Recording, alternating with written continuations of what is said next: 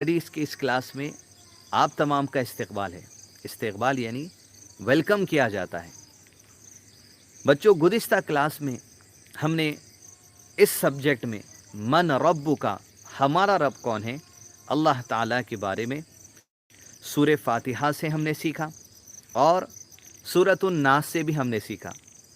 سورہ فاتحہ قرآن مجید کی سب سے پہلی سورت ہے اور سورۃ الناس قرآن مجید کی سب سے آخری سورت ہے۔ اس کلاس میں انشاءاللہ ہم ہمارا رب کون ہے، من رب کا جو قبر کا سوال ہے وہ جواب دینے کی تیاری کرنے کے لیے ہم اللہ تعالیٰ کے بارے میں مزید سیکھیں گے آج کی اس کلاس میں سورۃ الاخلاص سے انشاءاللہ۔ اور جی ہاں، آپ کو سورۃ الاخلاص تو یاد ہی ہوگا، جو قرآن مجید کی ایک چھوٹی سورت ہے لیکن بہت مشہور سورت ہے۔ بسم اللہ الرحمن الرحیم، اعوذ باللہ من الشیطان الرجیم، بسم اللہ الرحمن الرحیم، قل هو اللہ احد اللہ الصمد لم یلد ولم یولد ولم یکن لہ کفوا احد۔ اب یہ سورۃ الاخلاص ہے کہ آپ کو پتا ہے نبی صلی اللہ علیہ وسلم نے ارشاد فرمایا سورۃ الاخلاص قرآن مجید کا 1/3 ہے، 1/3، یعنی قرآن مجید کو اگر ہم 10 پاروں میں بانٹیں گے 1/3 تو جتنا ثواب ملتا ہے سورۃ الاخلاص سے بھی ایک مرتبہ پڑھنے سے اتنا ثواب اللہ عز و جل عطا کریں گے، کیونکہ 1/3 آف دی قرآن حدیث میں کہا گیا۔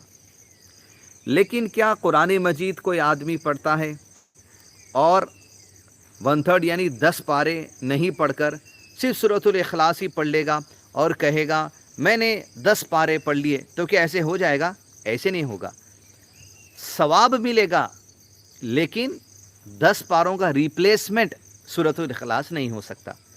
تو یہ سورت تو آپ کو یاد ہوگی، اگر نہیں یاد ہے تو یاد کر لیجئے۔ اور اس اسلامک سٹڈیز کلاس میں آپ کو سورہ فاتحہ سے بھی بات سکھائی گئی ہے، وہ بھی سورت یاد کر لیجئے۔ سورۃ الناس سے بھی بات سکھائی گئی ہے، وہ بھی سورت یاد کر لیجئے۔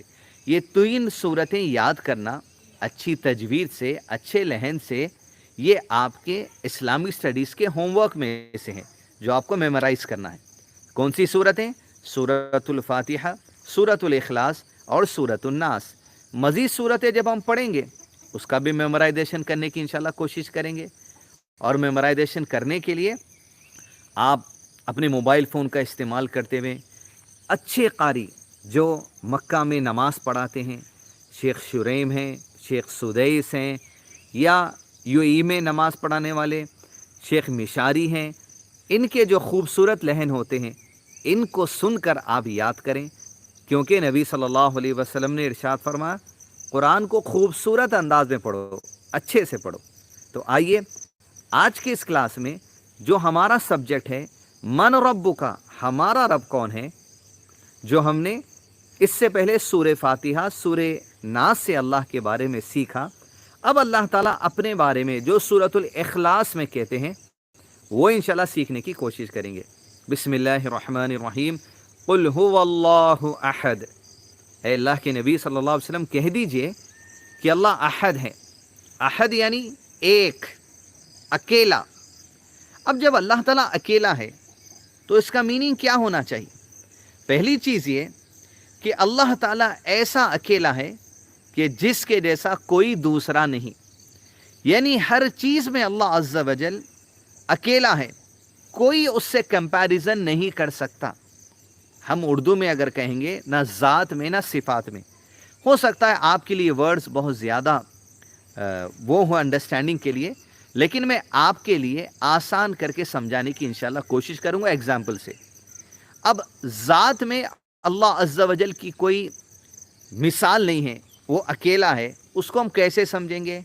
کہ اللہ عز و جل کی صفات ذاتیہ کہتے ہیں۔ صفات ذاتیہ کیا ہے؟ جیسے آپ کا میرا ہاتھ ہے، آپ کی اور میری آنکھیں ہیں، آپ کے اور میرے پیر ہیں، لیکن اللہ عز و جل کے بارے میں بھی قرآن میں اور سنت میں، حدیث میں نبی صلی اللہ علیہ وسلم نے کہا کہ اللہ عز و جل دیکھتا ہے، اللہ عز و جل کا ہاتھ ہے، اللہ عز و جل کی انگلیاں ہیں، اللہ عز و جل کے پیر ہیں۔ تو جب ہم قرآن مجید میں پڑھتے ہیں قل هو اللہ احد کہ اللہ اکیلا ہے، ذات میں اور صفات میں اکیلا ہے، مطلب ہمارے ہاتھ جیسے ہیں اللہ عز و جل کا ہاتھ ایسا ہی ہوگا، یہ ہمیں تصور بھی نہیں کرنا چاہیے، امیجن بھی نہیں کرنا چاہیے، اس لیے کہ وہ احد ہے، وہ پاک ہے، کسی بھی کریشن کا کمپیریزن اللہ سے نہیں ہو سکتا۔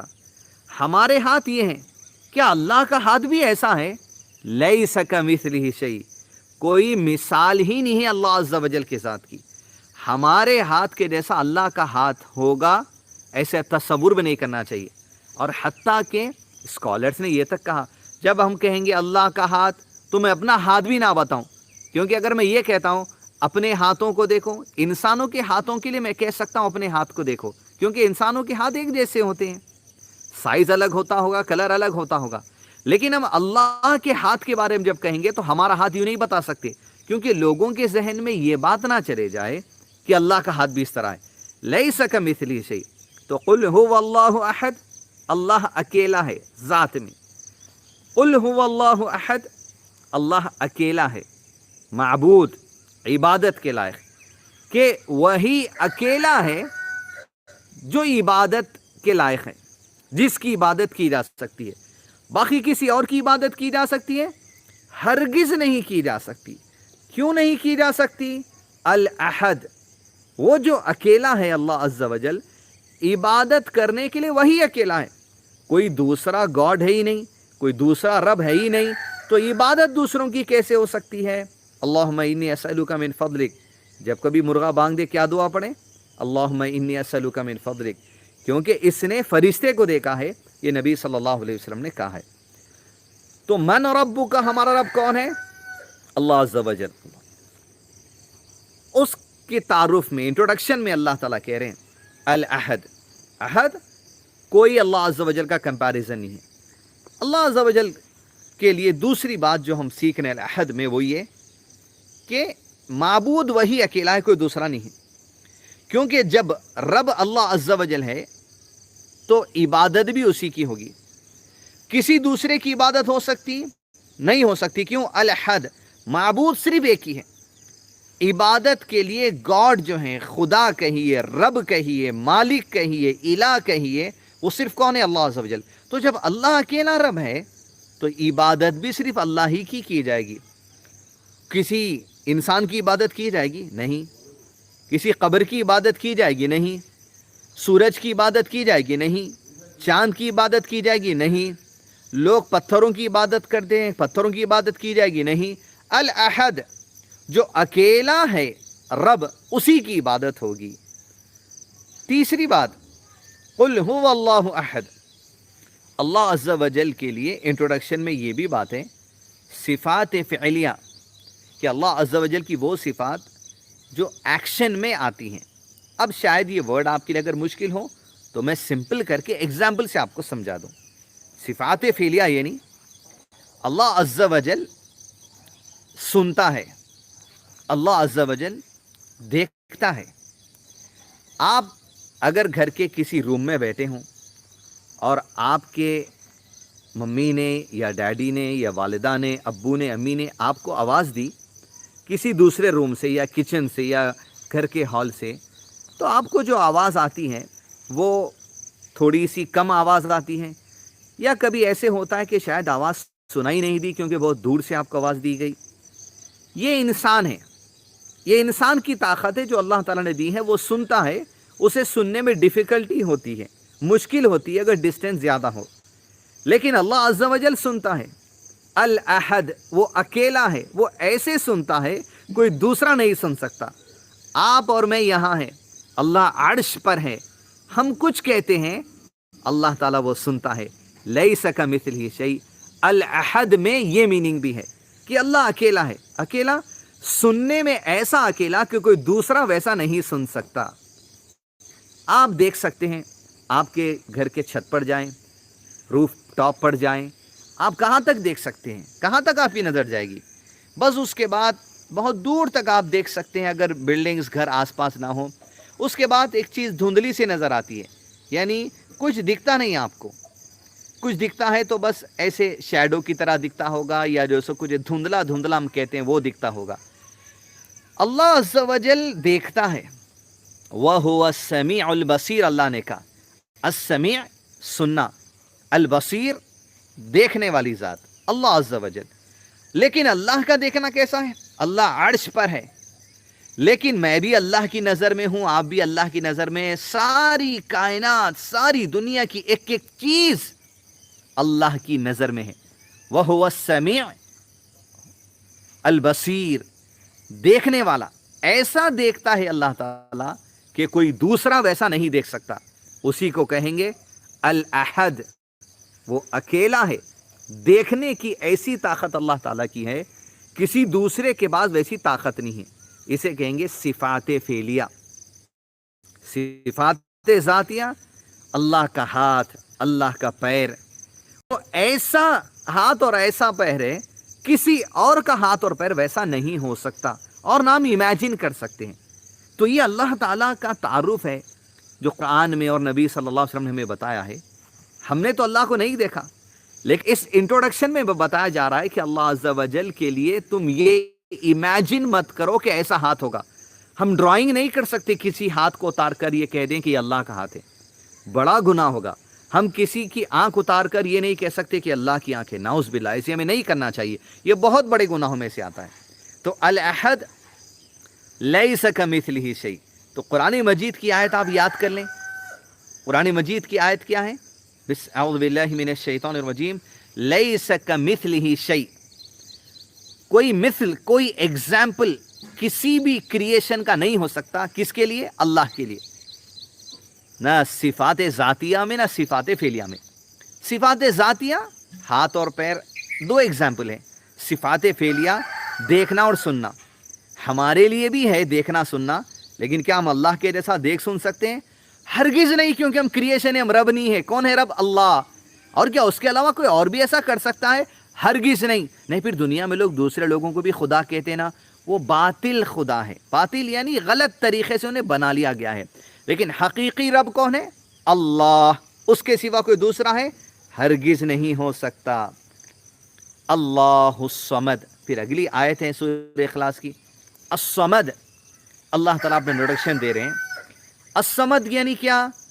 الصمد یعنی وہ ذات اللہ عز و جل جس کو ساری کائنات میں سے، ساری دنیا میں سے، سارے لوگوں میں سے کسی کی مدد کی ضرورت نہیں ہے، کسی کی ضرورت نہیں ہے۔ وہ کون ہے؟ الصمد۔ اللہم انی اسألک من فضلک۔ وہ کون ہے؟ الصمد۔ الصمد کون؟ اللہ عز و جل کی ذات۔ الصمد اسے کہا جاتا ہے ساری کائنات میں سے جسے کسی کی ضرورت نہیں ہے، اسے الصمد کہا جاتا ہے۔ اب ساری کائنات میں کیا ہے؟ One word. کیا آپ بتا سکتے ہیں ون ورڈ جس میں آپ ساری کائنات کا انٹروڈکشن دے سکتے ہیں؟ ہم نے فرسٹ کلاس میں پڑھا تھا، اور اگر آپ کو بتاؤں تو ہم نے سورہ فاتحہ میں وہ چیز پڑھی تھی۔ کیا آپ وہ ورڈ کہہ سکتے ہیں؟ کہیے، کوشش کریے۔ ون ورڈ جس میں اللہ کو چھوڑ کے ساری کائنات آ جاتی ہے۔ اگر آپ نے یہ جواب دیا ہے عالمین، تو آپ بالکل صحیح ہیں۔ عالمین یعنی اللہ کو چھوڑ کر جو کچھ ہے، کیونکہ جو کچھ ہے وہ تخلیق ہے، وہ کریشن ہے۔ اللہ کو کسی نے نہیں بنا، باقی سب کو اللہ نے بنا۔ تو جس جس چیز کو اللہ نے بنا وہ سب عالمین کے اندر ہے۔ الصمد، تو سارے عالمین میں جتنی بھی کریشن ہے، انسان ہے، جانور ہے، پانی کے جانور، ہوا میں اڑنے والے، جنگل میں رہنے والے، زمینوں کے اندر رہنے والے، اللہم انی اسألک من فضلک، فرشتے ہیں، جنات ہیں، کیا کیا ہے ہم جانتے بھی نہیں، جس کا علم ہے ہم وہی جانتے ہیں۔ یہ سب میں سے کسی کی بھی ضرورت اللہ کو ہے؟ ہرگز نہیں ہے، تبھی اللہ الصمد ہے۔ اب مجھ کو اور آپ کو ایک دوسرے کی مدد کی ضرورت پڑتی ہے، یہ اللہ کی طرف سے جائز ہے ایک دوسرے کی مدد لے لینا۔ لیکن ہم نے دوسری کلاس میں پڑھا تھا، کیا اگر ہم کسی کو یہ کہتے ہیں کہ بھئی مجھے پانی لا کر دو، اللہم انی اسألک من فضلک، مجھے کھانا لا کر دو، یا وہاں سے فون لا کر دو، وہاں سے بک لا کر دو، وہاں سے لنچ باکس لا کر دو، کیا دوسرے سے اس طرح مانگنے سے وہ خدا ہو جائے گا؟ نہیں، کیونکہ ہم دوسرے سے جب مانگ رہے ہیں کوئی چیز تو اسے گاڈ سمجھ کر نہیں مانگ رہے ہیں، اسے انسان سمجھ کر کہہ رہے ہیں کہ ہمیں ہیلپ کر دو، اور یہ ہیلپ کرنے کی وجہ سے اسے اللہ تعالیٰ نیکی دے گا۔ لیکن جب ہم اللہ کو پکارتے ہیں، اللہ سے مانگتے ہیں، تو کیسے پکارتے ہیں؟ ہم اللہ کو گاڈ سمجھ کر پکارتے ہیں، اللہ کو رب سمجھ کر پکارتے ہیں، اللہ کو مالک سمجھ کر پکارتے ہیں کہ اس کے سوا، اللہ کے سوا کوئی دوسرا مالک ہے ہی نہیں۔ عبادت اسی کی کرتے ہیں، کیونکہ دوسرے کی عبادت ہرگز نہیں ہو سکتی۔ الصمد یعنی وہ اللہ عز و جل عالمین میں سے، اپنی کریشن میں سے کسی کی ضرورت اسے نہیں ہوتی، اور الصمد یعنی وہ ذات کہ سارے عالمین کو، سارے کریشن کو جس کی ضرورت ہے اسے الصمد کہا جاتا ہے۔ وہ کون ہے؟ اللہ عز و جل۔ اللہم انی اسألک من فضلک، وہ اللہ عز و جل ہے۔ ہم میں سے کسی کی ضرورت اللہ کو نہیں ہے، لیکن ہم میں سے ہر کسی کو کس کی ضرورت ہے؟ اللہ کی ضرورت ہے۔ ہمارے گناہ معاف کرنے کے لیے، ہمیں رزق دینے کے لیے، ہمیں سانس دیتا ہے، زندگی دیتا ہے، موت دیتا ہے، رزق دیتا ہے، کپڑا دیتا ہے، سب کچھ۔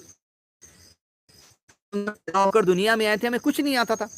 آپ کے گھر میں اگر آپ کے چھوٹے بھائی بہن ہیں جو حال ہی میں جن کی برتھ ہوئی ہو، 1 ایئر کے ہوں، 6 منتھس کے ہوں، 2 منتھس کے ہوں، کیا وہ کچھ بات کر سکتے ہیں؟ کیا وہ چل پھر سکتے ہیں؟ کچھ نہیں آتا انہیں، لیکن اللہ تعالیٰ نے سب کچھ سکھا دیتا ہے۔ ویسے ہمیں بھی سب کچھ سکھا دیا، تو ہمیں اللہ کی ضرورت ہے، اللہ کو ہماری ضرورت نہیں ہے، اس لیے وہ الصمد ہے۔ جو الصمد ہے اسے اور کیا کیا چیزوں کی ضرورت نہیں ہوتی؟ پھر اللہ نے اگلی آیت میں کہا لم یلد ولم یولد، نہ اللہ کی کوئی اولاد ہے، نہ اللہ کسی کی اولاد ہے، یعنی اللہ تعالیٰ کے پیرنٹس نہیں ہیں، اللہ تعالیٰ کے جو سو ماں اور باپ نہیں ہیں، اللہ تعالیٰ کے لیے اللہ تعالیٰ کے لیے امی یا ابو نہیں ہے۔ اگر کوئی کہہ دیتا ہے اللہ کے امی ہیں، اللہ کے ابو ہیں، یا اللہ کی کوئی بیٹا ہے، اللہ کی کوئی بیٹی ہے، اللہ کو گالی دینا ہو جائے گا، بہت بڑا گناہ ہے۔ اللہ اکیلا ہے الاحد، نہ اس کی کوئی اولاد ہے، نہ اس کے کوئی ماں باپ ہیں، اس کو کسی کی ضرورت نہیں ہے، وہ خود سے ہے، وہ ہمیشہ سے ہے، ہمیشہ رہنے والا ہے۔ لم یلد ولم یولد، کہ اللہ عز و جل کو کسی اولاد کی ضرورت نہیں ہے، نہ اللہ عز و جل کو کوئی ماں باپ کی ضرورت ہے۔ پھر وہی رب ہے۔ رب کسے کہا جاتا ہے؟ گاڈ کسے کہا جاتا ہے؟ جسے کسی کی ضرورت نہیں ہوتی۔ ہمیں ہمارے ممی ڈیڈی ہیں، ہم جو سو ممی ڈیڈی سے الحمدللہ پیدا ہو کر آئے۔ کیا اللہ عز و جل کسی سے پیدا ہو کر آیا؟ کبیرہ گناہ ہے، بہت بڑا گناہ ہے، ایسی بات ہمیں سوچنا بھی نہیں چاہیے۔ لم یلد ولم یولد، نہ اللہ عز و جل کی کوئی اولاد ہے، نہ اللہ عز و جل کی کوئی ماں باپ ہے۔ ولم یکن لہ کفوا احد، اور اللہ کا کوئی ہمسر نہیں، یعنی کوئی دوسرا ایگزامپل اللہ کے جیسا ہو ہی نہیں سکتا۔ مطلب پہلی آیت میں کہا گیا الاحد، لاسٹ آیت میں کیا کہا گیا اس سورت کی؟ ولم یکن لہ کفوا احد، کوئی ایگزامپل نہیں۔ وہ اکیلا ہے، ذات میں، صفات میں، ساری کائنات چلانے میں، رزق دینے میں، زندگی دینے میں، موت دینے میں، تمام کاموں میں وہ اپنے آرڈر سے کام کرتا ہے، اپنے فرشتوں کو آرڈر دیتا ہے، فرشتے اس کے آرڈر سے کام کرتے ہیں۔ انسان ہماری زندگی ہر چیز پر، ہر شے پر، ہر ذرے پر کس کا آرڈر چلتا ہے؟ اللہ عز و جل کا۔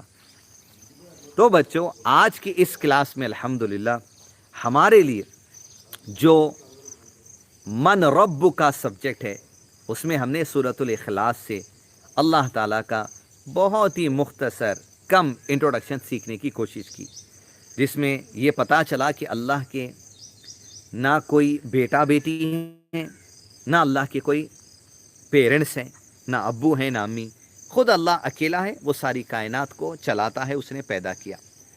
اللہ کو کسی کی ضرورت نہیں ہے کچھ کام کرنے کے لیے، بلکہ سارے عالمین کو کس کی ضرورت ہے؟ اللہ کی ضرورت ہے۔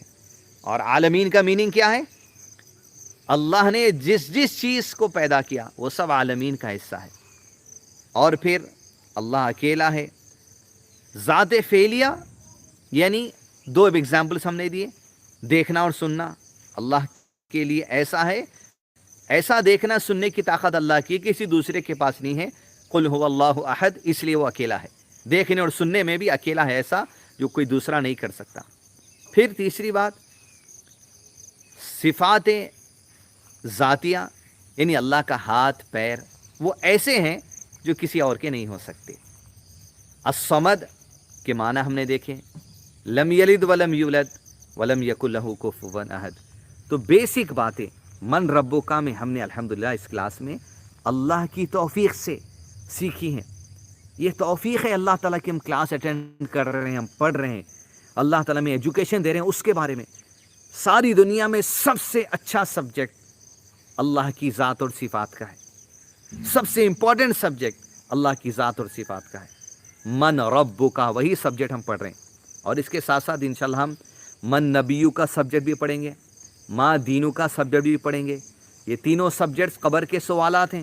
قبر میں جا کے ایگزامینیشن ہوگا، سوال ہوگا تو جواب دینا ہے. تو جتنا انڈرسٹینڈنگ کریں گے اتنا جواب میں آسانی ہوگی. اگر انڈرسٹینڈنگ نہیں ہوگی اللہ تعالیٰ کی تو جواب کیسے دیں گے؟ اللہ تعالیٰ کو ہم پہچانتے نہیں تو کیسے جواب دیں گے؟ کیا صرف ون ورڈ آنسر کہہ دیں گے اللہ تو کافی ہو جائے گا؟ نہیں. جب ہم ون ورڈ آنسر دیں گے انشاءاللہ قبر میں تو ہمارے اس عقیدے بلیف کے ساتھ کہ میرا رب اللہ وہ ہے جو الصمد ہے، احد ہے، اس کے سننے دیکھنے کی طاقت ایسی ہے جو کسی اور کی نہیں ہے.